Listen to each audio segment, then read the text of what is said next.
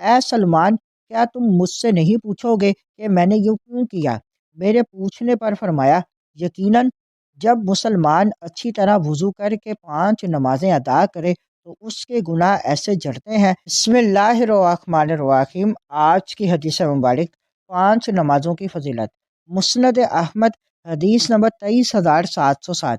حضرت ابو عثمان رحمۃ اللہ علیہ نے بیان کیا، میں حضرت سلمان فارسی رضی اللہ تعالیٰ عنہ کے ساتھ ایک درخت کے نیچے تھا۔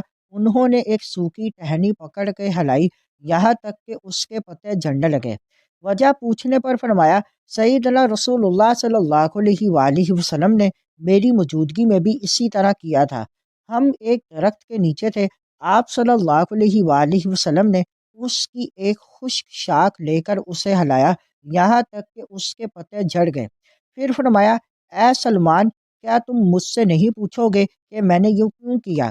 میرے پوچھنے پر فرمایا، یقیناً جب مسلمان اچھی طرح وضو کر کے 5 نمازیں ادا کرے تو اس کے گناہ ایسے جھڑتے ہیں جیسے یہ پتے جھڑ گئے۔ پھر آپ صلی اللہ علیہ وآلہ وسلم نے یہ آیت تلاوت فرمائی، مفہوم، دن کے دونوں کناروں اور رات کے کچھ حصے میں نماز قائم رکھو، بلا شبہ نیکیاں برائیوں کو مٹا دیتی ہیں۔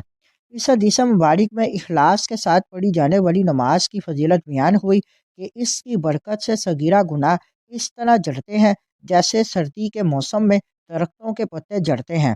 دیگر احادیث میں اس کے علاوہ بھی نماز کی بے شمار فضیلتیں اور برکتیں بیان ہوئی ہیں۔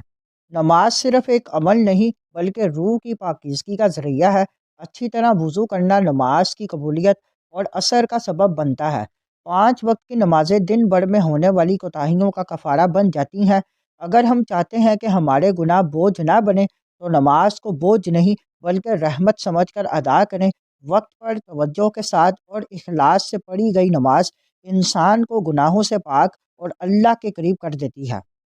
اس حدیث مبارک کو مزید آگے دوستوں تک پہنچائیں۔ مزید معلومات کے لیے ہمارے چینل کو لائک اینڈ سبسکرائب کریں۔